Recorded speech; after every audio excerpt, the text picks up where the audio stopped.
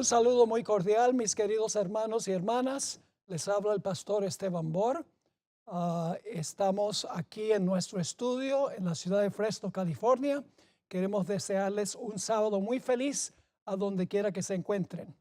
Hoy vamos a estudiar el tema titulado Israel, Hamás y el engaño de 1948. Pero antes de hacerlo, queremos pedir la bendición del Señor. Oremos.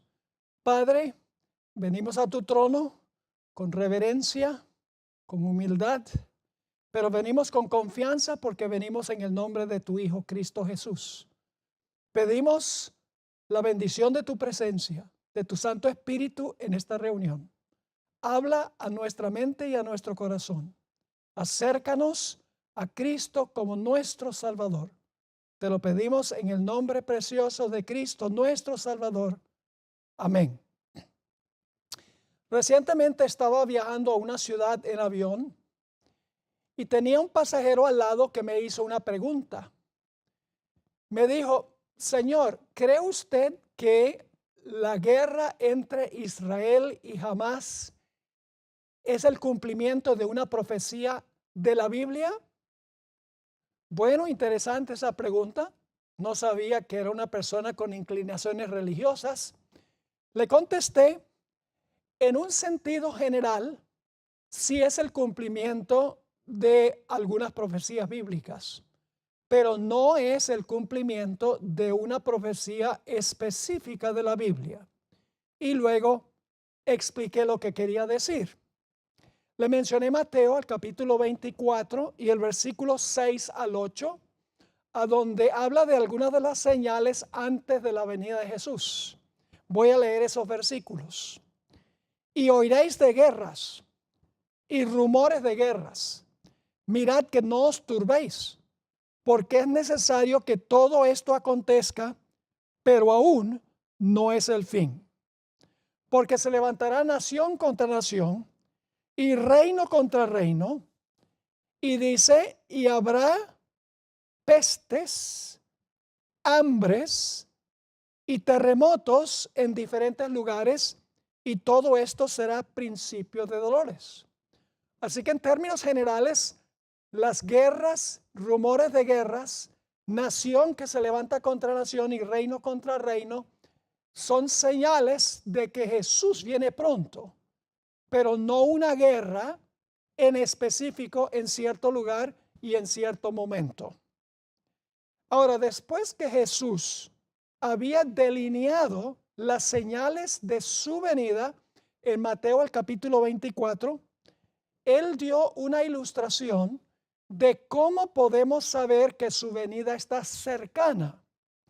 Quiero leer Mateo 24, versículo 32 al 35.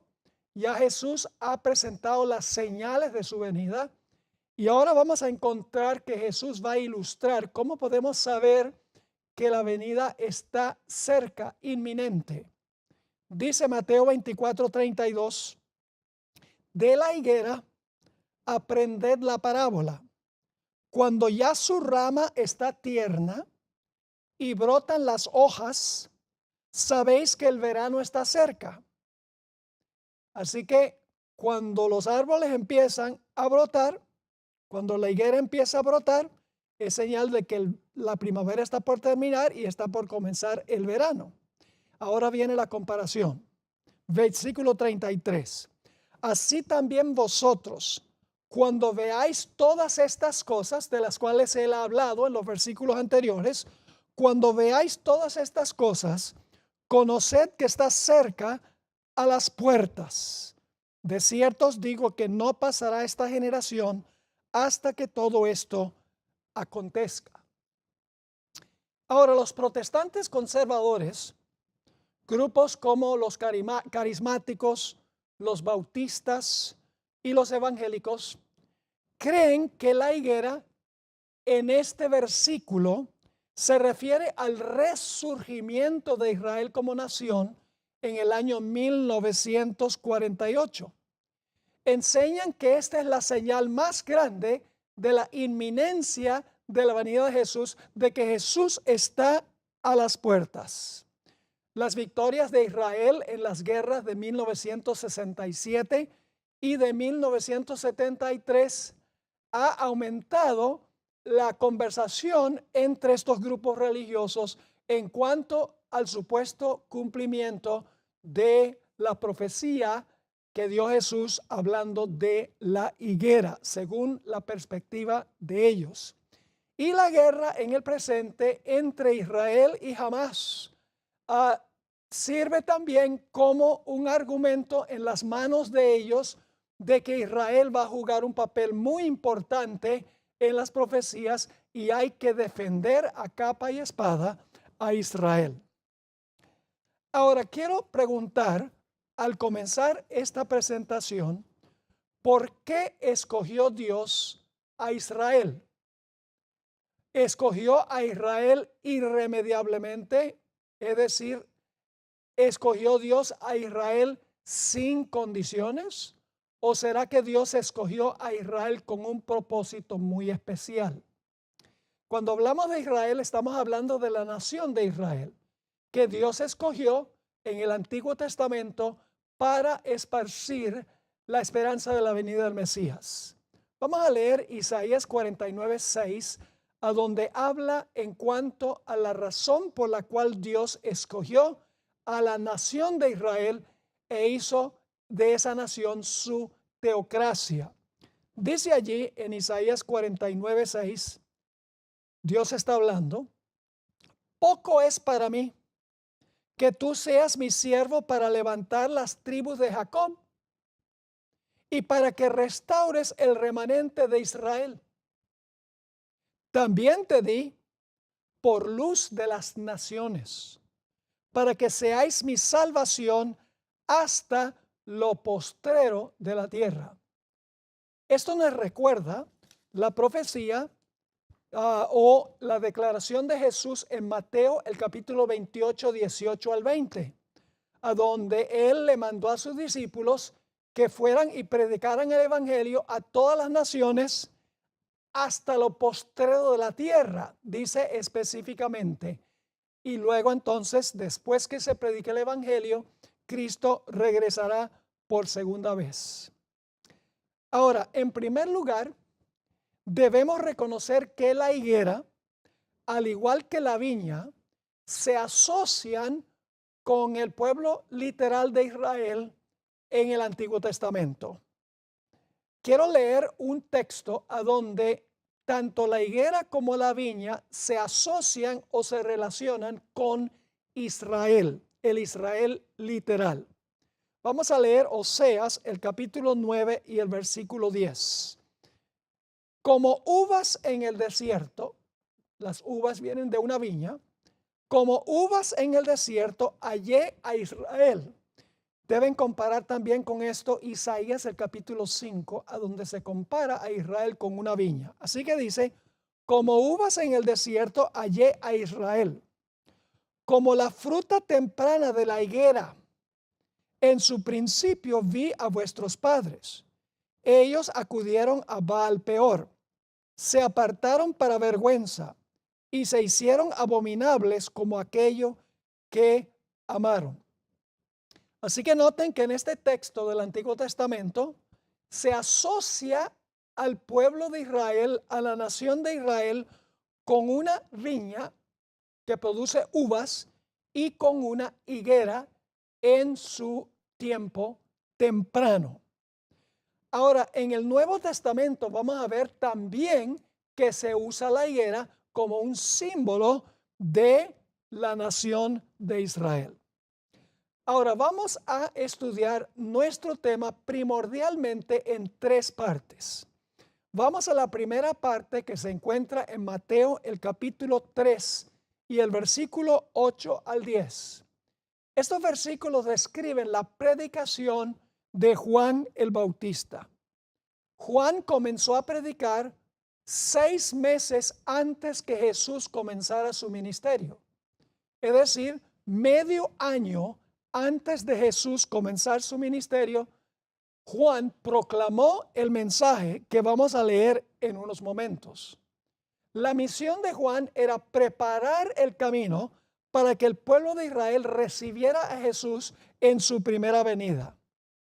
Le he dado realce a unos conceptos en el pasaje que voy a leer en unos momentos, porque estos conceptos sobre los cuales voy a poner énfasis especial reaparecen en la segunda y la tercera parte del tema que estamos estudiando.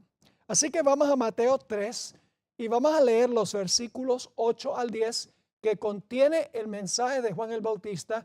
Y por favor, no olviden prestar atención sobre los términos que voy a subrayar o a enfatizar. Dice así, Juan el Bautista: haced pues frutos, no olviden esa palabra, frutos. Haced pues frutos dignos de arrepentimiento. Recuerden la palabra arrepentimiento. Y no penséis decir dentro de vosotros mismos: Abraham tenemos por padre. Recuerden eso también. Abraham tenemos por padre. Porque yo os digo que Dios puede levantar hijos a Abraham aún de estas piedras. Paremos un momento allí. Cuando Juan el Bautista se refirió a piedras, no está hablando de piedras literales que estaban ahí en el suelo. La Espíritu Profecía nos dice en el Deseado de todas las gentes, página 82, que Juan el Bautista se estaba refiriendo a los gentiles que habían venido al bautismo de Juan, porque soldados romanos también vinieron al bautismo de Juan. En otras palabras, Juan el Bautista estaba diciendo: Dios puede levantar hijos de Abraham aún de estos gentiles que están parados aquí. Más adelante vamos a ver cómo un gentil puede ser judío, según la definición bíblica. Ahora, sigue diciendo el pasaje en el versículo 10, y ya también el hacha, recuerden eso, el hacha es para cortar árboles. El hacha está puesta a la raíz, no olviden la palabra raíz, muy importante, de los árboles, no olviden la palabra árboles. Por tanto, todo árbol que no da buen fruto, ahí está otra palabra clave, es cortado, no olviden esa palabra, y echado en el fuego, no olviden que es echado en el fuego. Ahora ustedes van a ver por qué razón es que estoy enfatizando estas frases y estos conceptos, estas palabras del mensaje de Juan el Bautista, que él proclamó 6 meses, medio año antes de comenzar el Señor Jesucristo su ministerio. Ahora queremos ir a la segunda etapa, a donde aparece el árbol. Vamos a notar Lucas 13, 1 al 9. Y mientras ustedes están buscando Lucas 13, 1 al 9, quiero mencionarles que Jesús contó esta parábola, según los eruditos, cuando habían pasado 2 años y medio de su ministerio. Es decir, entre cuando comenzó a predicar Juan el Bautista y cuando Jesús contó la parábola, habían pasado 3 años.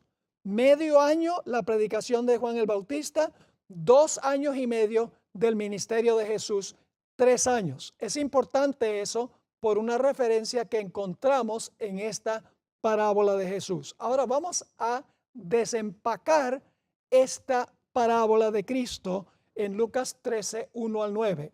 Nuevamente vamos a encontrar al árbol y muchos conceptos parecidos a lo que mencionamos sobre el mensaje de Juan el Bautista. Comencemos en el versículo 1.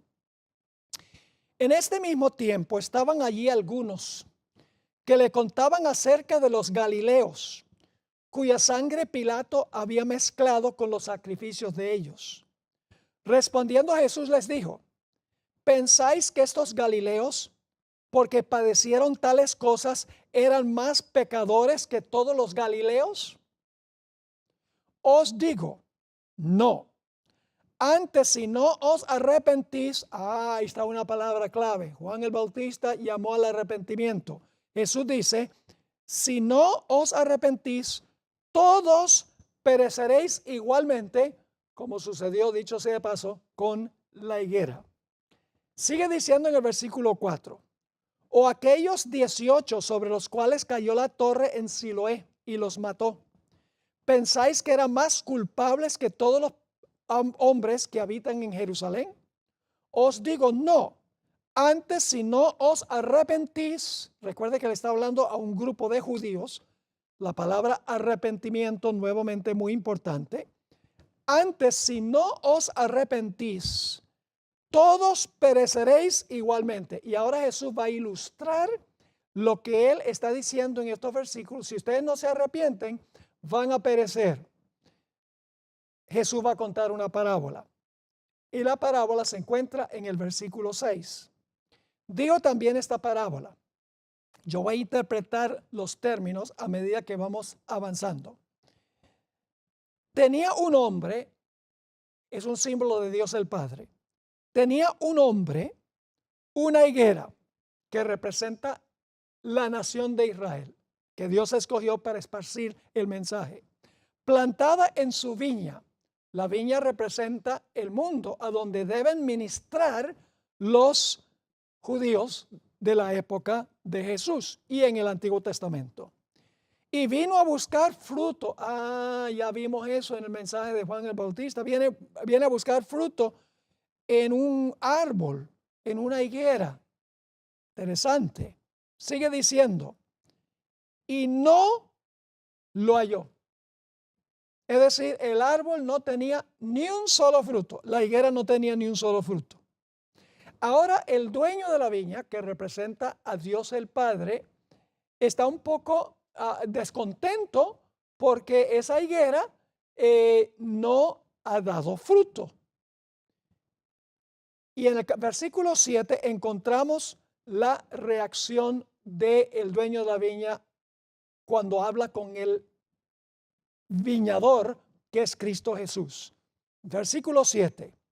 Y dijo al viñador, este es Jesús, he aquí hace 3 años, qué interesante, paremos un momentico allí. Cuando Jesús contó la parábola, ¿cuántos años habían pasado entre Juan el Bautista y cuando Jesús contó la parábola? 3 años. Así que dijo al viñador, he aquí hace 3 años que vengo a buscar fruto en esta higuera y no lo hallo. Y luego dice, córtala. ¿Recuerdan que Juan el Bautista dijo, es cortado el árbol si no produce fruto? Interesante. Así que dice, córtala. ¿Para qué inutiliza también la tierra? La tierra representa la tierra de Israel, donde estaba la higuera, el pueblo de Israel, que no había producido ni un solo fruto durante los primeros 3 años de la proclamación del mensaje en cuanto a la misión del pueblo de Israel. Y luego entonces el versículo 8. Él entonces respondiendo le dijo, es decir, el viñador ama la viña. Y por lo tanto él le va a decir al dueño, Señor, déjala todavía este año. ¿Por qué dice hasta este año? ¿Cuánto tiempo faltaba del ministerio de Jesús? Bueno, cuando contó la parábola eran 2 años y medio. Ahora dice, déjala 1 año más. El ministerio de Jesús duró 3 años y medio. Fíjense que la parábola nos está dando la cronología del ministerio de Jesús con el ministerio de Juan el Bautista. Así que dice, él entonces respondiendo le dijo, Señor, déjala todavía este año, hasta que yo cabe alrededor de ella y la abone. Es decir, le voy a dedicar una atención súper especial. Y si diere fruto, bien. Si en este último año diere fruto, bien. Y si no, la cortarás después. Ahora, cuando Jesús terminó la parábola, no sabemos cómo iba a terminar. Faltaba 1 año. No sabemos si durante ese año la higuera iba a producir fruto o no. Claro, nosotros en el siglo XXI sabemos lo que ocurrió durante ese año, pero cuando Jesús contó esta parábola, la respuesta estaba en suspenso. ¿Será que la higuera va a producir o no va a producir fruto? No lo sabemos. Pasa algo similar a lo que encontramos en la historia del hijo pródigo. En realidad el pródigo era el que se quedó en casa, es decir, el hermano mayor. cuando la parábola del hijo pródigo termina en suspenso, porque el padre trata de razonar con el hijo mayor y no dice si el hijo mayor aceptó los argumentos del padre o no, quedó en suspenso. El hijo mayor representa a la nación judía, porque el hijo mayor decía, oh, yo te he servido todos estos años, yo merezco mucho más que mi hermano. Los judíos pensaban que como ellos habían recibido muchas bendiciones, merecían más recompensa que los demás. Ahora entonces vamos a la etapa número 3 de este árbol, del cual habló Juan y del cual habló el Señor Jesucristo. Mateo 21, 18 al 20 contiene lo que dice la Biblia sobre la etapa número 3. Aquí vamos a ver si la higuera produjo fruto o no durante ese último año. Debo decirles que los versículos que vamos a leer en Mateo 21, 18 al 20, describen algo que sucedió pocos días antes de la muerte de Jesús. Se cree que fue el martes de la semana antes de la muerte de Jesús que ocurrió lo que vamos a leer ahora en cuanto a la higuera. Nos encontramos con la higuera de nuevo. Así que vamos a leer Mateo 21 y el versículo 18 al 20. Por la mañana, volviendo a la ciudad, tuvo hambre. Dice aquí Jesús tuvo hambre. Ahora voy a hacer un comentario sobre eso. En realidad, ¿qué significa que Jesús tenía hambre? La higuera representa a Israel. Supuestamente la higuera debe producir fruto. Esto nos ayuda a entender un poco más el mensaje de Cristo a la iglesia de la Odisea. Una iglesia que se parece a la nación judía, rica y enriquecida y sin necesidad de nada. ¿A qué horas llega el testigo fiel a la puerta para tocar la puerta? Dice, entraré a él y cenaré con él y él conmigo. Jesús tiene hambre y sed de nuestro amor, de nuestro reconocimiento, de que nosotros le rindamos honra y gloria. Él tiene hambre de nuestro afecto. A eso se refiere aquí. Volviendo otra vez, versículo 18. Por la mañana, volviendo a la ciudad, tuvo hambre.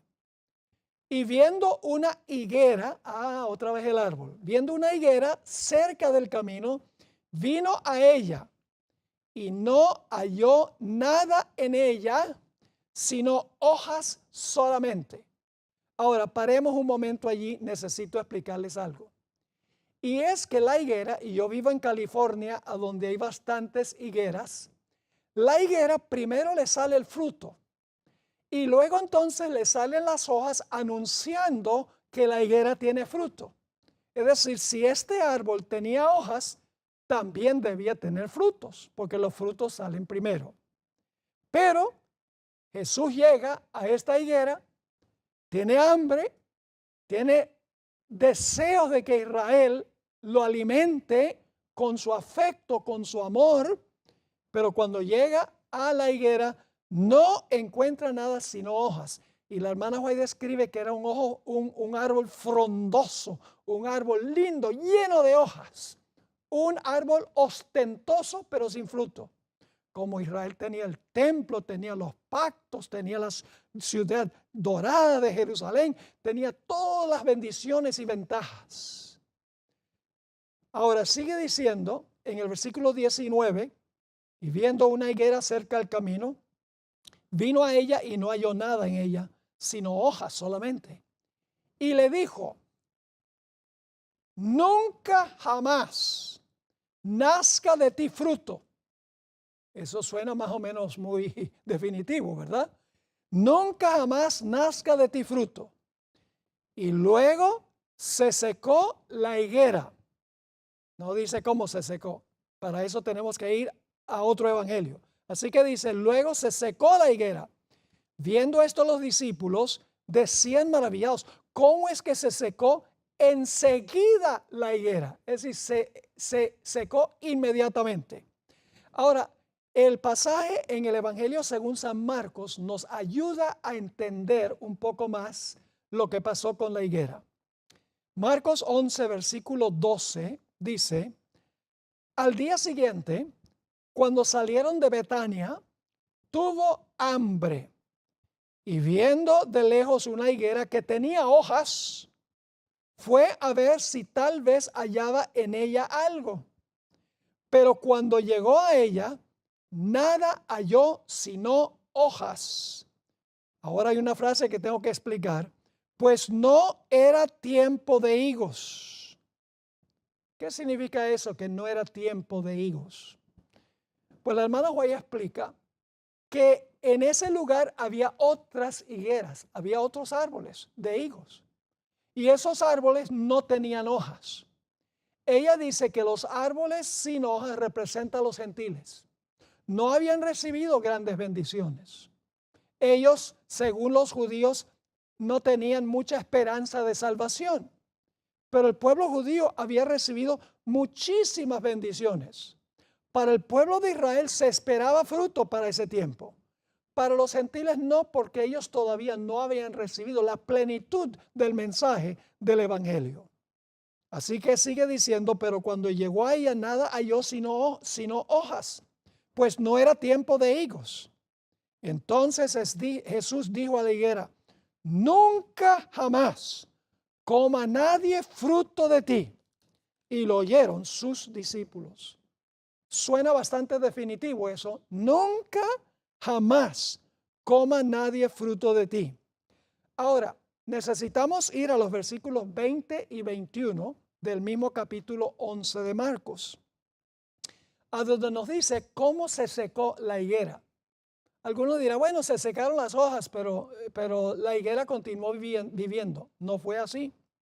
Dice en el versículo 20, y pasando por la mañana, vieron que la higuera se había secado desde las raíces. Entonces Pedro, acordándose, le dijo: maestro, mira, la higuera que maldijiste se ha secado. Cuando un árbol se seca desde las raíces, ese es el fin. Ya no hay esperanza para ese árbol. Ahora, no me entiendan mal.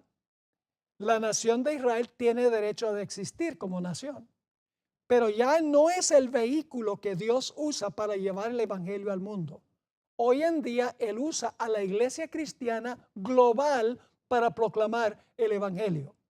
Judíos literales, individuos, ciertamente pueden aceptar a Cristo y pueden recibir la salvación. Pero la nación judía ya no es el vehículo de Dios para llevar el evangelio al mundo. Ahora, es muy interesante que una parábola de Jesús que se encuentra también en el Evangelio según San Mateo, dice allí que en el año 70, la nación judía que fue cortada cuando Esteban fue apedreado, fue quemada con fuego. Como había mencionado Juan el Bautista, que el árbol que no produce fruto es cortado y echado en el fuego. Pero también vimos que la viña se asocia con el pueblo de Israel. Así que vamos a notar una parábola que contó Jesús sobre la viña. Se encuentra en Mateo 21 y el versículo 33 al 46. Mateo 21, 33 al 46. Y voy a interpretar a medida que avanzamos. Dice así: oíd otra parábola. Hubo un hombre, padre de familia, ese es un símbolo de Dios el Padre, el cual plantó una viña, que es el pueblo de Israel, la cercó de vallado, que es la ley de Dios, cavó en ella un lagar y edificó una torre. La torre es el templo. Y la arrendó a unos labradores que son los dirigentes de la nación judía, y se fue lejos, es decir, regresó al cielo. Versículo 34. Y cuando se acercó el tiempo de los frutos, esto es antes del cautiverio de Israel en Babilonia, de Judá en Babilonia, cuando se acercó el tiempo de los frutos, envió sus siervos, que son los profetas, a los labradores para que recibiesen sus frutos. Mas los labradores, que son los profetas antes del cautiverio, mas los labradores, tomando a los siervos, a uno golpearon, a otro mataron y a otro apedrearon. Eso fue lo que hizo Israel con los profetas antes del cautiverio. Versículo 36, Dios no se rindió. Envió de nuevo otros siervos después del cautiverio, más que los primeros. Zacarías, Malaquías, Ageo, muchos otros profetas les mandó Dios. Envió de nuevo otros siervos, más que los primeros, e hicieron con ellos de la misma manera. Finalmente, esa palabra es muy clave, finalmente, es decir, es lo último, finalmente les envió su Hijo, que es Cristo Jesús, diciendo, tendrán respeto a mi Hijo. Mas los labradores, cuando vieron al Hijo, dijeron entre sí, este es el heredero, venid, matémosle y apoderémonos de su heredad. Fue lo que el pueblo judío, los dirigentes judíos hicieron con el Señor Jesucristo. Y dice, y le echaron fuera de la viña y le mataron. Es decir, Jesús no murió en Jerusalén, sino fuera de Jerusalén. Ahora Jesús hace una pregunta, versículo 40. Cuando venga pues el Señor de la viña, ¿qué hará aquellos labradores? Le dijeron, a los malos destruirá sin misericordia y arrendará su viña a otros labradores, que son los gentiles, la iglesia que ahora va a esparcir el mensaje del evangelio. Es decir, a los malos destruirá sin misericordia y arrendará su viña a otros labradores que le paguen el fruto a su tiempo. Jesús les dijo, ¿nunca leísteis en las Escrituras la piedra que desecharon los edificadores? Los edificadores fue la nación judía. Y la piedra es Cristo Jesús. Ha venido a ser cabeza del ángulo, hablando de Cristo. El Señor ha hecho esto y es cosa maravillosa a nuestros ojos. Por tanto, versículo 43, os digo que el reino de Dios será quitado de vosotros. Fíjense que todavía en este momento no lo ha quitado. Pero cuando apedrearon a Esteban, el reino le fue quitado.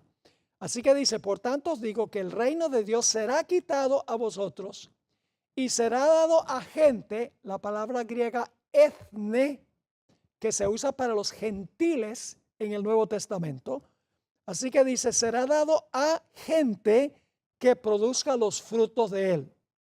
El que cayere sobre esta piedra será quebrantado, es decir, será convertido si cae sobre la roca Cristo Jesús. Pero luego advierte, y sobre quien ella cayere, sobre quien caiga la roca, le desmenuzará. Y oyendo sus parábolas, los principales sacerdotes y los fariseos entendieron que hablaba de ellos. Pero al buscar cómo echarle mano, temían al pueblo porque éste le tenía por profeta. Ahora volvamos a Mateo 24 para determinar si el retoñar de la higuera representa el renacimiento milagroso de la nación de Israel en el año 1948. Mateo 24, 32 y 33 nos dice que el retoñar de la higuera es solo una de las muchas señales del pronto regreso de Jesús. Es decir, la totalidad de las señales, no solo la higuera, indican que la venida de Jesús está a las puertas. Vamos a leer Mateo 24 y el versículo 32 y 33 para captar eso. Dice, de la higuera aprended la parábola. Cuando ya su rama está tierna y brotan las hojas, sabéis que el verano está cerca. Así también, ahora viene la comparación, así también vosotros cuando veáis todas estas cosas, no solo la higuera que retoña, sino todas estas cosas, conoced que está cerca a las puertas. Jesús no está diciendo que el retoñar de la higuera es la gran señal de la pronta venida de Jesús. Está diciendo que la acumulación de todas las señales nos ayuda a saber que su venida está cercana. Además, el pasaje paralelo de Lucas 21 y el versículo 29 al 31 nos proporciona detalles adicionales que nos ayudan a entender qué fue lo que quiso decir Jesús. Según el testimonio de Lucas, vamos a leerlo en unos momentos, Jesús no le dio realce tan solo al árbol de higuera, sino a todos los árboles. Jesús dijo, cuando veáis que sucedan estas cosas, plural, no singular, esta cosa con el árbol, sino estas cosas, todas las señales de Mateo 24, sabed que su venida está cerca. Parafraseando lo que dijo Jesús, cuando vean que la higuera y todos los árboles retoñan, sabed que el verano está cerca. Asimismo, cuando veáis todas estas señales, sabed que el reino está cerca. Vamos a leer los versículos. También les dijo una parábola, Lucas 21, 29, también les dijo una parábola. Mirad la higuera y todos los árboles, que no es solamente la higuera, todos los árboles, cuando ya brotan, plural, viéndolo, sabéis por vosotros mismos que el verano está ya cerca. Así también vosotros, cuando veáis que suceden estas cosas, no solo la higuera, estas cosas, sabed que está cerca el reino de Dios. Ahora vamos a Juan 1, 43 al 48, a donde está hablando del primer encuentro de Natanael, uno de los discípulos, con Jesús. Hay un detalle muy interesante aquí. Vamos a leer empezando en el versículo 43. El siguiente día quiso Jesús ir a Galilea y halló a Felipe y le dijo, sígueme.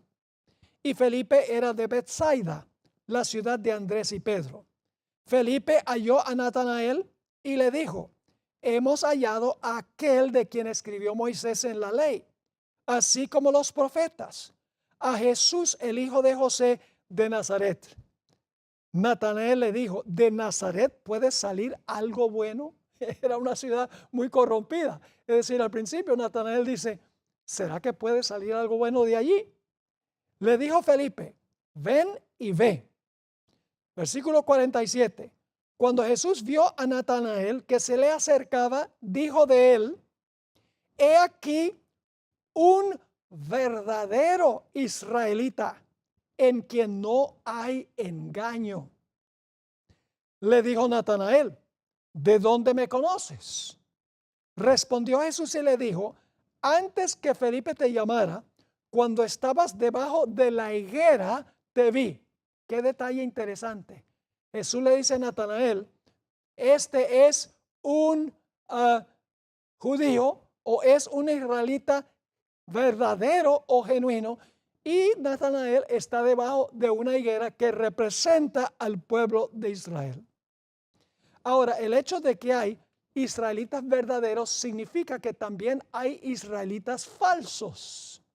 En realidad la palabra que se usa, la palabra verdadero en el griego significa genuino o real. Se podría traducir, este es un real israelita, este es un genuino israelita. Significa que hay israelitas que no son genuinos. Ahora, ¿por qué le dijo Jesús a Natanael que él era un israelita genuino? El versículo 49 nos proporciona la respuesta.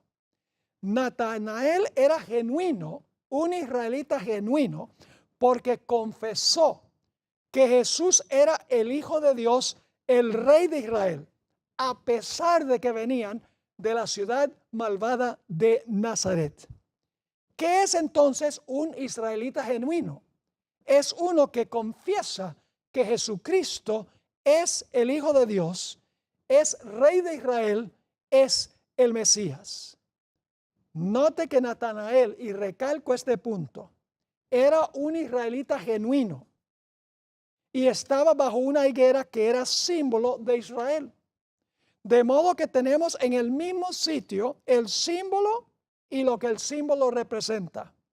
El verdadero israelita está bajo el símbolo que representa a Israel. Ahora vamos en nuestro siguiente pasaje a Juan 8, 37 al 45. Es un pasaje bastante largo, pero muy significativo. Aquí vamos a encontrar que Jesús distingue un israelita genuino de un israelita que no es israelita en el sentido espiritual. Empezamos leyendo en el versículo 37. Jesús le dice a ese grupo de judíos a quienes les está hablando: sé que sois descendientes de Abraham. Es decir, yo sé que ustedes descienden literalmente, físicamente de Abraham. Pero, ahora viene el pero procuráis matarme, porque mi palabra no haya cabida en vosotros. Yo hablo lo que he visto cerca del Padre, Jesús está hablando de su Padre celestial, y vosotros hacéis lo que habéis oído acerca de vuestro Padre. Es decir, Jesús le dice, ustedes tienen también un Padre, pero va a ser sorpresivo lo que va a decir Jesús. Versículo 39. Respondieron y le dijeron, nuestro Padre es Abraham. Jesús les dijo, ahora viene, noten que Jesús no reconoce que son hijos de Abraham. Si fueseis hijos de Abraham, las obras de Abraham haríais. Es decir, si ustedes fueran hijos de Abraham, en verdad, ustedes harían las obras que hizo él. Versículo 40. Pero ahora procuráis matarme a mí, hombre que os he hablado la verdad, la cual he oído de Dios. ¿No hizo esto Abraham? Es decir, ustedes dicen que son hijos de Abraham, pero su carácter y su espíritu es lo contrario de Abraham. Abraham vio mi día y se gozó, según el versículo 56, pero ustedes lo que quieren es matarme. ¿Cómo dicen que son hijos de Abraham? Sigue diciendo, versículo 41. Vosotros hacéis las obras de vuestro padre. Todavía no ha identificado cuál es el padre, pero no es Abraham. Sigue diciendo. Entonces le dijeron, nosotros no somos nacidos de fornicación, un padre tenemos que es Dios. Jesús entonces les dijo, sí, otra vez, no lo son. Si vuestro padre fuese Dios, ciertamente me amaríais, porque yo de Dios he salido y he venido, pues no he venido de mí mismo, sino que Él me envió. ¿Por qué no entendéis mi lenguaje? ¿Por qué no podéis escuchar mi palabra? Ahora Jesús va a ser muy políticamente incorrecto. Dice, vosotros sois de vuestro padre el diablo. Ustedes no son hijos de Abraham, porque ustedes tienen un carácter, un espíritu completamente distinto que Abraham. Dice, vuestro padre el diablo. Y los deseos de vuestro padre queréis hacer. Desde que Jesús nació, Satanás quería acabar con él, quería matarlo. Él ha sido homicida desde el principio y no ha permanecido en la verdad, porque no hay verdad en él. Cuando habla mentira, de suyo habla, porque es mentiroso y padre de mentira. Y a mí, porque digo la verdad, no me creéis. En este pasaje, Jesús niega que los judíos literales que lo rechazan como Salvador son hijos genuinos de Abraham. Más bien los identifica como hijos del diablo. En cierto sentido eran hijos de Abraham, literalmente, físicamente, pero en otro sentido, espiritualmente, no. El apóstol Pablo, un judío de los judíos, entendió esto también. Vamos a leer algunos textos que escribió el apóstol San Pablo, Romanos 2, 28 y 29. Aquí el apóstol Pablo define lo que es un verdadero, genuino judío. Dice en el versículo 28 de Romanos 2, pues no es judío el que lo es exteriormente. Es decir, hay judíos que son judíos exteriores que no son judíos. Sigue diciendo, pues no es judío el que lo es exteriormente, ni es la circuncisión la que se hace exteriormente en la carne, sino que es judío el que lo es en lo interior. Y la circuncisión es la del corazón, en espíritu, no en letra, la alabanza del cual no viene de los hombres, sino de Dios. El que ha sido convertido por el Espíritu Santo, dice el apóstol Pablo, ese es un verdadero judío, no el que lo es meramente exteriormente, el que vive de acuerdo a la letra y no de acuerdo al espíritu. Noten también Romanos el capítulo 9 y los versículos 6 al 8. Romanos 9, 6 al 8. dice el apóstol Pablo, no que la palabra de Dios haya fallado, porque no todos los que descienden de Israel son israelitas. Imagínese usted decirle a una persona, yo sé que tú eres israelita, pero no eres israelita. Eso es lo que está diciendo Pablo. Sigue diciendo, no que la palabra de Dios haya fallado, porque no todos los que descienden de Israel son israelitas, ni por ser descendientes de Abraham son todos hijos. Interesante. Sino en Isaac te será llamada descendencia, porque Isaac era el progenitor del Mesías. Sigue diciendo el versículo 8, esto es, no los que son hijos según la carne, es decir, físicamente, son los hijos de Dios, sino que los que son hijos según la promesa son contados como descendientes. Y luego tenemos Gálatas 3, 26 al 29, donde nuevamente el apóstol Pablo define qué es ser simiente de Abraham. Es unirse con Cristo Jesús como Salvador personal, como lo hizo Natanael. Dice en Gálatas 3, 26, pues todos sois hijos de Dios por la fe en Cristo Jesús. ¿Cómo somos hijos de Dios? Por la fe en Cristo Jesús. Porque todos los que habéis sido bautizados en Cristo, de Cristo estáis revestidos.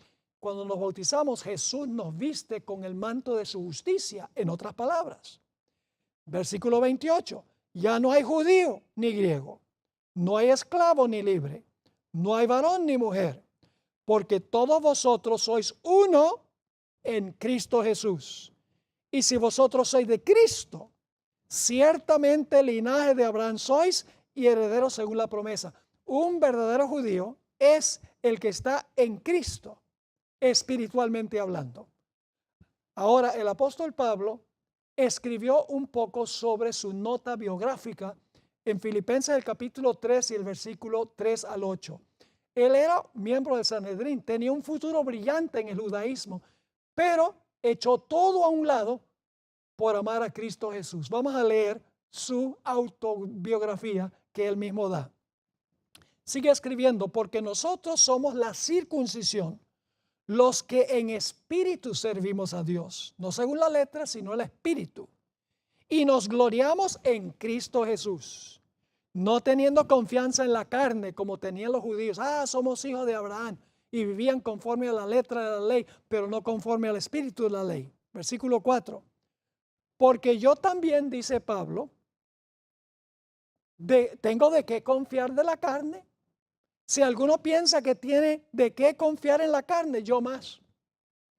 Circuncidado el 8º día, del linaje de Israel, de la tribu de Benjamín, hebreo de hebreos, en cuanto a la ley fariseo, en cuanto al celo perseguidor de la iglesia, en cuanto a la justicia que es en la ley irreprensible. ¡Wow! Parece estar jactándose, pero noten el versículo 7. Pero cuantas cosas eran para mí ganancia, las he estimado como pérdida por amor de Cristo.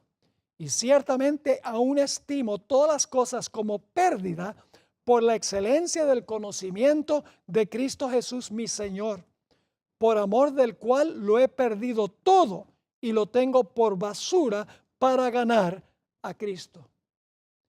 La nación judía todavía rechaza al Señor Jesucristo como su Mesías. ¿Cómo puede ser que aún rechazando a Cristo como el Mesías, en 1948 Dios lo restauró en cumplimiento de la profecía nuevamente a su tierra? El plan de Dios para la nación judía ha terminado. Ahora, la guerra entre Israel y Hamás es una cosa terrible. Es una guerra que tiene mucha historia. Va atrás hasta el tiempo de cuando Abraham tuvo a Ismael. Es decir, es algo que ha durado milenios. Es algo terrible. Uno no se pone de un lado ni tampoco se pone del otro lado, porque en ambos casos mucha gente ha perecido fuera de Cristo Jesús en esa guerra, mucha gente inocente. Pero la nación judía ya no es el vehículo de Dios para llevar el mensaje al mundo. Es decir, no son Israel en el sentido espiritual de la palabra. Ahora, quiero terminar leyéndoles un pasaje del Espíritu de Profecía, donde la hermana White habla de la tierra de Israel, lo que hoy la gente llama Tierra Santa. Antes de eso, quiero decirles que toda esta interpretación de que Dios restauró a Israel en 1948 y Dios va a defender a la nación de Israel de todos sus enemigos, y entonces va a haber un rapto de la iglesia y va a haber una persecución de los judíos y se va a reconstruir el templo de Jerusalén, se va a sentar alguien bien malévolo allí. Todo eso, todo ese concepto es una falsificación de las profecías. Porque las profecías nos dicen que los enemigos de la iglesia no están allá en el Medio Oriente, los enemigos del pueblo de Dios están en Roma y lo que finalmente será en los Estados Unidos también. Mientras que toda esta interpretación profética de los evangélicos y los carismáticos y los bautistas apunta los ojos de la gente al Medio Oriente, en realidad se cumple la profecía en el occidente y nadie ve el cumplimiento porque están mirando a donde no es. Ahora quiero leerles la cita. ¿Cuántos no son los que piensan que sería bueno pisar la tierra de la vieja Jerusalén? Que su fe se fortalecería significativamente al visitar los lugares a donde el Salvador vivió y murió. Pero la vieja Jerusalén nunca será un lugar sagrado hasta que sea purgado por el fuego refinador del cielo. La más oscura mancha de culpa yace sobre la ciudad que rechazó la luz de Cristo. ¿Queremos andar en los pasos de Jesús? No nos es necesario buscar los caminos en Nazaret, Betania y Jerusalén. Hallaremos los pasos de Jesús en el lecho del enfermo, al lado de la humanidad sufriente, en los tugurios de los empobrecidos y angustiados. Podremos andar en sus pasos al confortar a los sufrientes y al hablar palabras de esperanza y consuelo a los deprimidos. Al hacer lo que hizo Jesús mientras estuvo en la tierra, andaremos en sus benditos pasos. Jesús dijo, si alguien quiere seguir en pos de mí, niéguese a sí mismo y tome su cruz diariamente y sígame. Cuando la tierra que está bajo la maldición del pecado sea purificada de toda mancha, cuando el monte de los olivos sea partido en dos y llegue a ser una gran llanura, cuando la ciudad santa descienda sobre esta llanura, entonces la tierra que hoy llamamos tierra santa será en verdad santa. Pero la causa y la obra de Dios no progresará al hacer peregrinajes a Israel. La maldición de Dios está sobre Jerusalén por haber rechazado y crucificado al Hijo unigénito de Dios, pero Dios limpiará la vil mancha. Ahora, no significa que los judíos están perdidos. No. Tienen abierta la palabra de la salvación, el plan de salvación como todos los demás, pero no es la nación escogida de Dios para cumplir su plan en estos días, porque la higuera se secó de raíz. Así que necesitamos nosotros interpretar las profecías de la Escritura comparando texto con texto y no mirando lo que está ocurriendo necesariamente en el mundo en determinado momento. Dios tiene un mensaje para la nación judía. Dios tiene un mensaje para todas las naciones del mundo. Y es que Cristo Jesús es el Salvador. Y déjenme decirles esto. Si jamás Israel aceptara a Cristo Jesús como Salvador, la lucha entre los dos terminaría, porque serían hermanos y hermanas en Cristo Jesús. La solución no está en guerra, la solución está en recibir a Cristo Jesús como Salvador personal. No solo jamás a Israel, sino nosotros. La salvación se encuentra en recibir a Jesús en nuestro corazón. Ojalá que esa sea nuestra esperanza y nuestra decisión al concluir hoy.